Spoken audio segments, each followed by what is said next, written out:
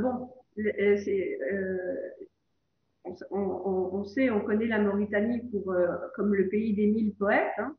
Donc, on sait que la poésie représente quelque chose de très très important pour la Mauritanie. Mais quels sont également est-ce qu'il y a d'autres modes de culture que la Mauritanie souhaiterait promouvoir et développer? Oui, c'est une bonne question. Je crois que la musique traditionnelle, c'est un grand aspect pour donner une autre image culturelle de la Mauritanie aujourd'hui. La musique traditionnelle, c'est un élément très important dans la culture de la Mauritanie et je crois qu'il faut améliorer cet aspect pour une image générale de la culture mauritanienne et surtout le patrimoine mauritanien qui a beaucoup de défis aujourd'hui, les défis de la mondialisation. Et il y a beaucoup de familles traditionnelles qui pratiquent cette musique traditionnelle qui est nommée Azawan dans beaucoup de villes et des sites mauritaniens. Donc, c'est une musique très riche qui peut donner aujourd'hui une mémoire collective de beaucoup de traditions, des normes de vie et de culture dans la Mauritanie. C'est un élément très important. Les autres éléments, ce sont les bibliothèques des manuscrits dans les villes historiques de Mauritanie comme Chingiti, Ouadane, Oualata et Tichit. C'est une mémoire collective très riche par ces manuscrits qui n'ont pas déjà trouvé beaucoup des occasions pour la lumière pour de recherche scientifique. C'est un autre aspect. Le troisième aspect que je crois, c'est les pratiques culturelles de la Mauritanie à la zone de mer, comme Imragen par exemple. Imragen sur le côté de l'océan mauritanien, ce sont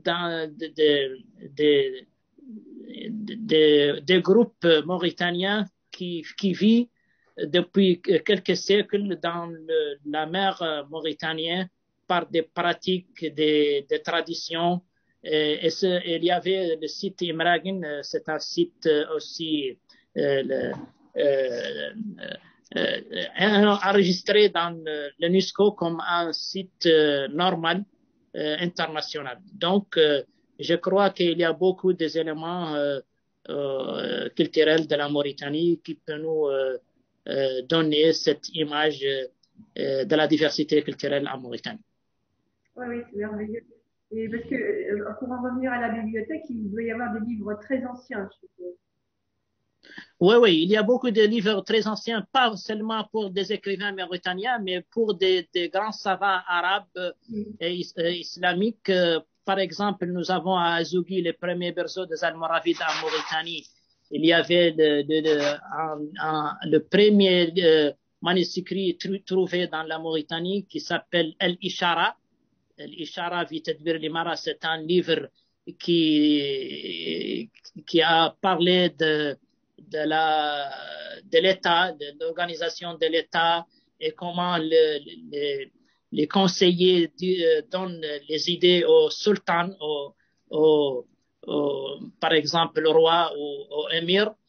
C'est un manuscrit très important et qui a trouvé depuis quelques siècles en Mauritanie et il était après réside dans des universités, des grandes universités allemandes et européennes.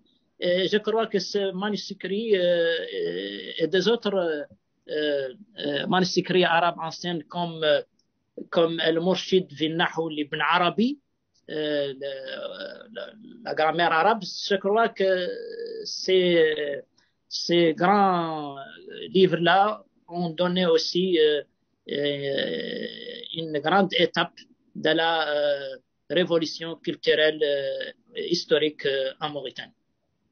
Très bien. Et donc, pour la musique, donc vous avez une musique traditionnelle.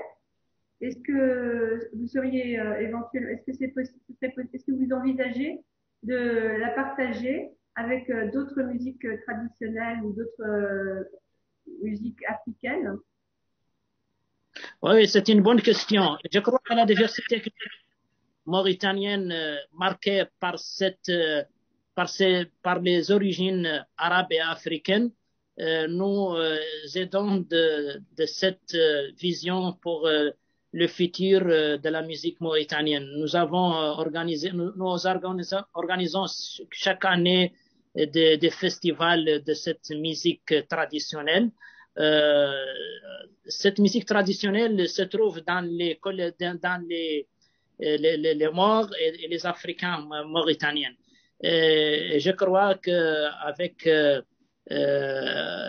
des fondations aujourd'hui trouvées dans le ministère de la Culture comme l'Institut des Arts, on peut améliorer cette musique pour rencontrer pas seulement des musiques traditionnelles ethniques en Mauritanie, mais des autres musique traditionnelle au Maghreb arabe et en Afrique. Par exemple, il y avait chaque année le festival de jazz, musique de jazz en Mauritanie. Et il y a des musiciens traditionnels mauritaniens qui participent dans ce festival par des éléments de la musique traditionnelle. Et cette rencontre musicale, c'est une belle image de la civilisation et de la culture ensemble mauritanienne, arabe et internationale. En tout cas, ça dénote une grande ouverture d'esprit et qui est très favorable pour un monde meilleur, on va dire. Ce que j'aimerais comprendre aussi, ou plutôt savoir, est-ce que vous pensez que la culture en Mauritanie peut avoir une incidence importante sur l'économie de la Mauritanie? Oui, c'est un aspect très important parce qu'il faut améliorer le niveau économique de ces lieux musicaux en Mauritanie. Et je crois que l'État mauritanien officiellement donne des gestes et des aides pour les associations culturelles de ces musiciens traditionnels toutefois chaque année et pour ses efforts et pour ses activités culturelles. Et nous avons en Mauritanie, comme vous avez par exemple remarqué, nous avons des racines historiques avec beaucoup de peuples dans la région, par exemple l'Azawad au Mali, en Algérie, au Maroc, et même pas, il y avait des grandes familles qui ensemble beaucoup de gens dans cette grande région du Sahara et du Sahel. Et avec cette musique, c'est une musique sans frontières qui peut nous regrouper beaucoup de coutumes, beaucoup de traditions et beaucoup de valeurs humaines qui est très important pour une vie culturelle et économique. Mais je crois que l'aspect de matériel, c'est très important pour une stratégie d'améliorer cette richesse musicale et culturelle.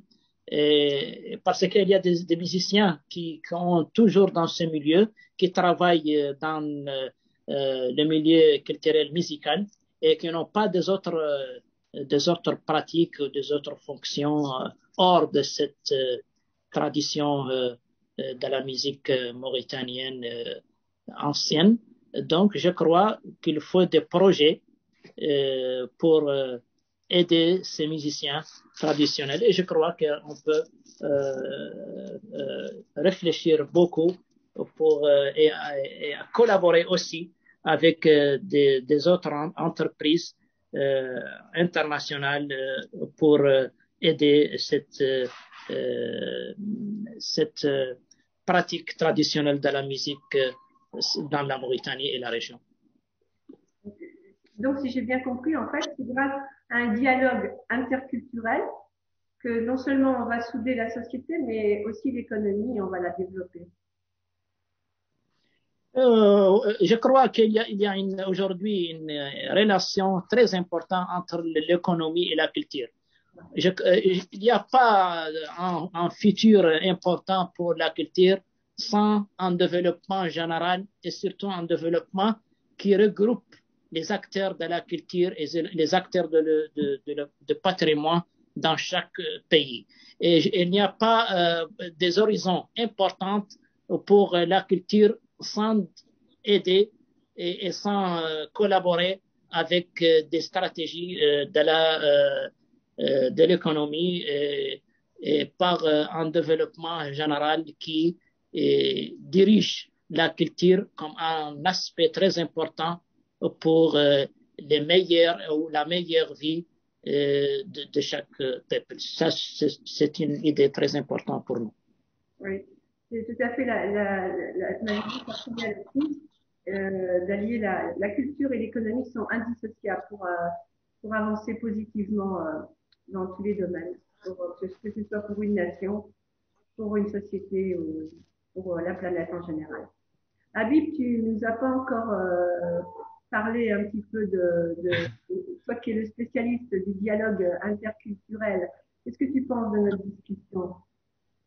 En tout cas, bravo, parce que Sidi Ould Amjad, je ne savais pas qu'il parlait aussi bien le français. C'est la première fois que je l'entends parler français et en tout cas, il parle très bien. J'ai essayé de parler le français parce que je suis très intéressé par les idées de Patrika et de votre ami. Donc, je suis très content de cette participation avec vous. En tout cas, merci. Parce que moi, en fait, j'ai participé juste pour traduire, mais finalement, tu n'avais pas besoin d'un traducteur. J'aimerais juste rajouter, c'est vrai que la Mauritanie est un carrefour culturel entre la culture africaine subsaharienne, la culture arabe, la culture islamique. C'est un pont culturel. C'est vrai que normalement, la Mauritanie doit jouer un rôle important pour construire ce pont culturel. Et je pense que Sidi Ould Amjad, il œuvre dans ce sens avec le ministre de la Culture et l'État mauritanien. Il travaille dans ce sens pour construire ce pont culturel. Oui, moi je suis le conseiller du ministre de la Culture mauritanien et je suis toujours intéressé par la question culturelle dans la Mauritanie et avec les autres pays.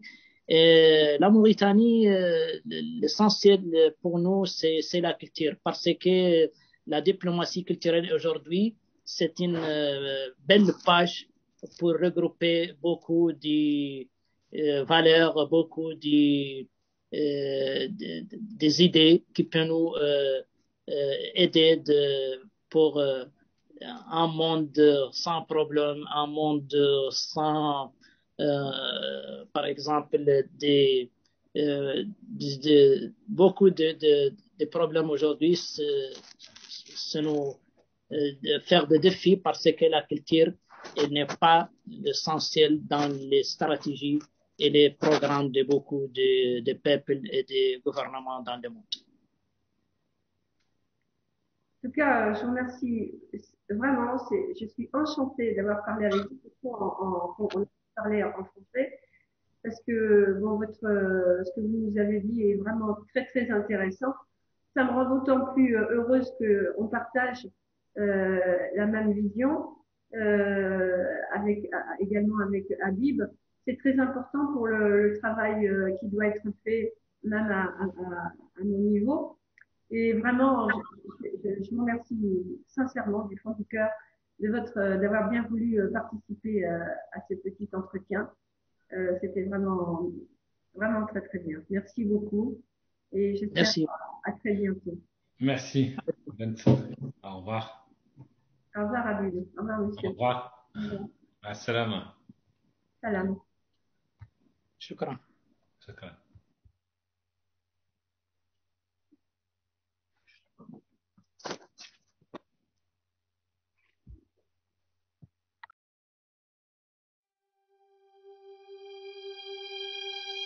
Thank you.